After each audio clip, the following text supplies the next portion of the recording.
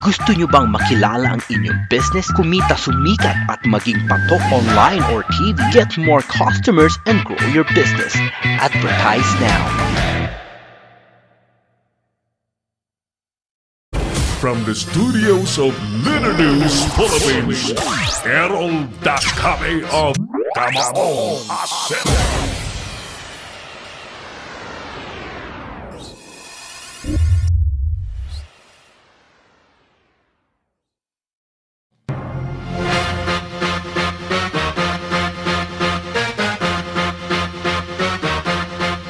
Balik po tayo sa ating pangdaigdigang broadcast ng programang Kamaong Asero mga suki. Naniniwala ba kayo sa mga partido ngayon na nangangako po ng pagbabago? Pero ang mga kandidatong dala-dala o naka-line up ay puro strapo at may mga kasong kinakaharap. What do you think? I-comment po ninyo sa atin pong comment section immediately sa baba po ng ating live video ng Kamaong Asero. At yan po ay garantisadong babasahin po natin. At i-share po ninyo, i-share, i-like ang ating FB page ng Leader Knows Philippines. At i-share po ninyo ang ating live video ng Kamaong Asero para mas marami pong nakakalam sa mga totoong nangyayari sa ating lipunan. Alright, sige. Mga kaibigan, tuloy tayo sa ating programa. Ang ating telepono, ulitin natin, 0927-494-2175 at 0949-736-5000. Okay, so mga kaibigan, habang tayo po ay nasa araw naman po ng mga puso at inaasahan po natin na mas mananaig sa araw na ito, Clarence, ang pagmamahal. Ganun talaga Valentine's Day. Ano man po ang mga nangyayari po sa ating paligid na medyo hindi kagandahan, iyan po ay matatakpan, iyan po ay matatabunan ng mga salitang pagmamahal, I love you, at mahal kita, I care for you, yan, I love you so much, nako, I love you more, mga ganun Ganun, dahil Valentine's Day.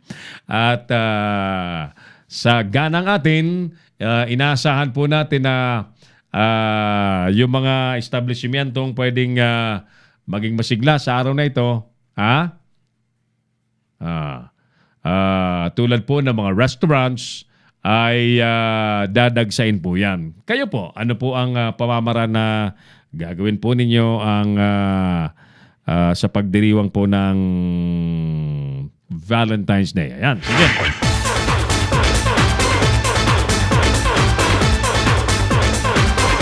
By the way, yung burgers ko, nag-aalok po sila ng, ano nga yun, Clarence? Chocolate? Isang masarap na tsokolate sa mamimili po sa Burgers Co. Auto Parts. Yan po sa Tacloban City. With a minimum purchase of 1,500 pesos. I think, And as much as 5,000 pesos. Ayan. Ipresenta nyo lamang po ang inyo pong resibo sa Burgers Co. Center at kayo po ay bibigyan ng isang espesyal na tsokolate ngayong Valentine's Day. Yan ay sabi ni Sir Rafi Bianson. Ayos! Happy Valentine's Day po dyan sa mga taga Burgers Co. Auto Parts and PQC Paint Depot, ang ating mga best friends sa Tacloban City. Samantala mga kaibigan, habang tayo po ay nagdiriwang ng Valentine's Day, yung mga empleyado naman po ng Philippine Postal Corporation ay nalulungkot. Nalulungkot sapagkat karamihan po sa kanila ay delay ang sweldo at hindi pa natatanggap since December. At yung iba naman ay yung pang Enero ay kalahatian na po ng Pebrero ay hindi pa natatanggap. At most of them ay hindi alam kung i-renew pa ang kanilang mga hindi nagugustuhang kontrata sapagkat ang kanilang kontratang napirmahan last year ay very, very disadvantageous para po sa panig po nila. Ito ko lang ang gamitin mo. para matawagan mo yan yung isang complainant natin. Nais ko pong ipabatid sa lahat, mga kaibigan, na pinoproblema po ng mga kartero ng Philippine Postal Corporation ang kanilang kalalagayan. Hindi po sila makapagdiwa ngayon. Wala man lang silang maipambiling bulaklak man lang o simpleng tsokolate o maibili man lang na anumang pagsasaluhan sa kanilang mga tahanan sapagkat mismo yung trinabaho po nilang sweldo, supposedly, nung December, nung January ay hindi pa ho maibigay-bigay. At sa kabila po ng mas malagim na katotohanan na sa gitna po ng kampanya ng Pangulong Duterte na pagtatapos o pagwawakas po sa ENDO or ending contractualization, ang Philippine Postal Corporation po ay lumalabag, nagmamatigas at ayaw sumunod sa ipinag-uutos po ng Pangulong Duterte na ang lahat po ng mga kontraktual ay gawin na pong regular. Kaya nga po, paano tayo magsusumigaw sa mga pribadong kumpanya na sumunod sa regularisasyon at tapusin po ang contractualization kung mismong ahensya po ng gobyerno tulad po ng Philippine Postal Corporation ay ubod tigas po ng ulo, mas matigas pa sa bato, ayaw pong sumunod at patuloy pong ginigipit, patuloy pong inaapi ang mga kartero. Bakit ko sinasabing inaapi? Kayo nga, sige nga, kayong mga nasa matataas na pwesto po ng Philippine Postal Corporation sa malalamig na opisina, sa malalambot na swivel chair. Kayo nga ang lumagay sa mga kartero na sinisweldohan nyo lamang ng 200 piso. Kayo nga ang magbitbit ng araw-araw ng bulto-bultong sulat, mga dokumento at ilalako nyo sa mga dapat makatanggap at hindi dapat magkamali. At kayo din, subukan nyo ang bayaran lamang ng 200 piso at sarili pang mga motorsiklo ng mga kartero ang ginagamit ninyo. Babayaran nyo lamang ng 50 pesos sa maintenance. Kaya nga po, it's a question of the quality of services if we have such a policy within the Philippine Postal Corporation nang pinagkakatiwalaan po natin ng mga dokumento, mga private information, mga pribadong sulat, ay mga karterong ni ayaw kilalanin po ng Philippine Postal Corporation na mga empleyado po nila.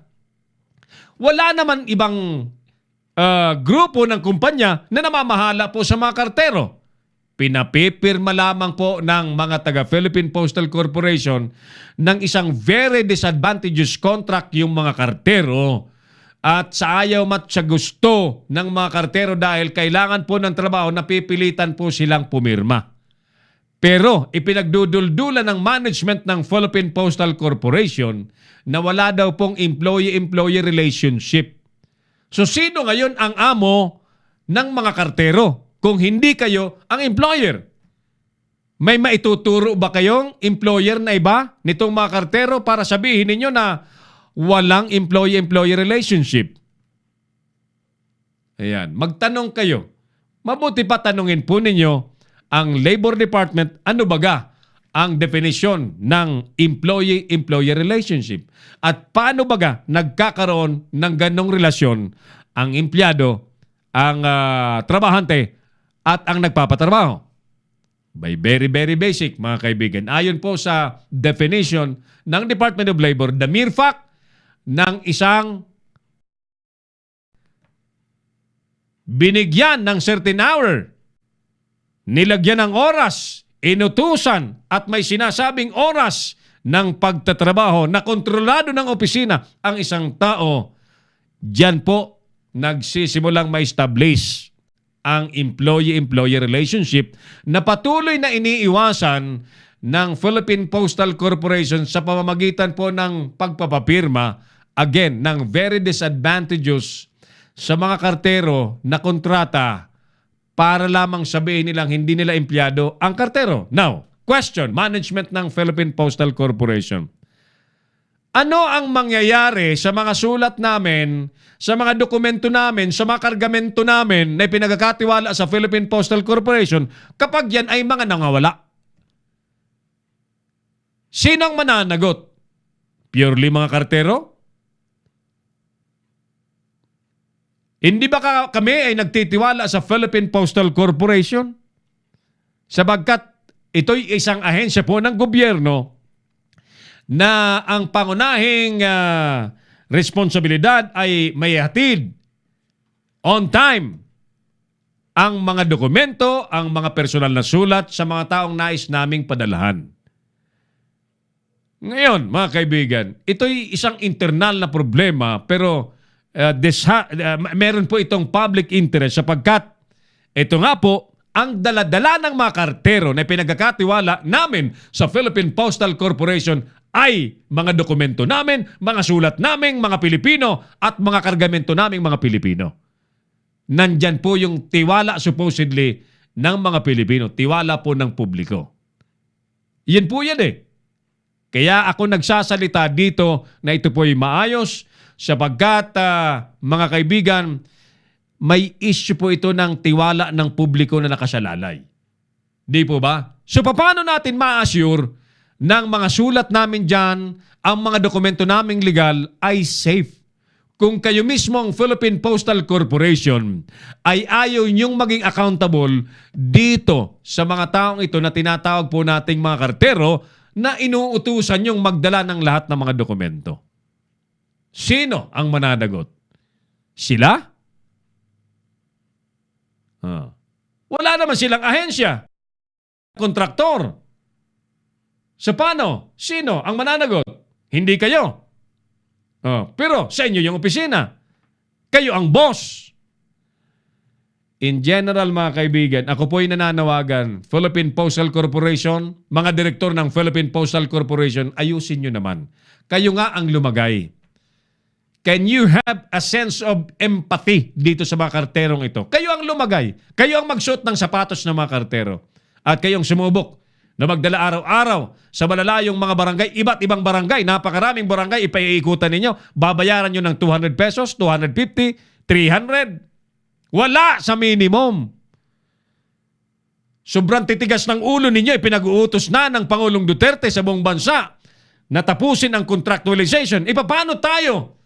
Paano namin kayo tutulungan na ang mga pribadong sektor ay sumunod kung kayo mismong ahensya ng gobyerno ay ayaw niyong sundin ang Pangulo? You have to set an example for this. And again, my overall concern in this issue is the public trust given to you in carrying all the documents, legal documents, personal letters, at mga cargos, parcels and cargos. Yan ang ating public interest dyan. At sana, within this week, makausap natin yung magaling na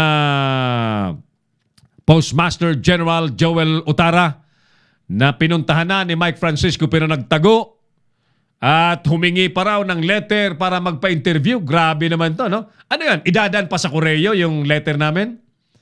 Ay, pag idinaan pa yan sa Koreo, bago makarating yan sa...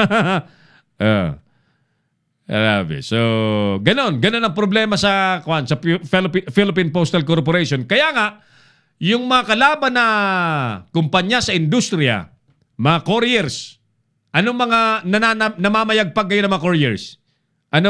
Clarence, anong mga namamayagpag ngayon?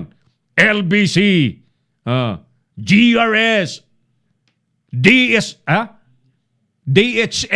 diesel, DSL, internet yun DHL. Bakit ito ang gagaling sa trabaho?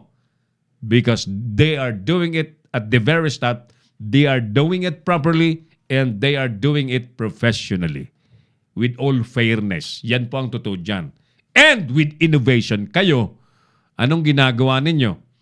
Inaapin nyo ang mga kasama nyo, inaapin ninyo ang mga kartero, yet, yun ang inuutusan nyong magdala ng tiwala ng taong bayan. Ayusin nyo nga ang mga buhay nyo dyan. Ayusin nyo ang problema ng mga kartero. Nang sa ganun ay maipakita nyo rin po sa Pangulong Duterte that the government walks its talk, that it really campaign against contractualization. Paano tayo makakakumbinsi ng mga pribadong kumpanya na tapusin ang contractualization kung mismong ang isang ahensya ng gobyerno tulad ng Philippine Postal Corporation ay nilalabag mismo ang kagustuhan at programa ng Pangulong Duterte. Kuha nyo? Okay, salamat kung nakuha ninyo. Hindi pa ako tapos dyan. Babalikan ko ang isyong yan hanggang sa makausap ko yan si Philippine Postmaster General Joel Otara para matapos ang isyong ito at ma-regularize itong mga taong ito na napakarami, buong bansa, napakarami, mga karterong nagmumukhang kawawa, nagmumukhang mga basang sisiw na inuutusan, ulan, araw, yan po ang nabibilad sa araw, nababasa ng ulan, pero binabayaran po ng barya-barya lamang po ng mga namamahala. Okay, mga kaibigan, magpapatuloy tayo sa ating programa pagkalipas ng ilang importanteng paalala. Magbabalik si Errol Nakame sa Kamaong Asero. Bring your business over 1 million TV or online. Reach your target customers anytime, anywhere. Your brand on TV or on the web. Get more customers and grow your business. Advertise now.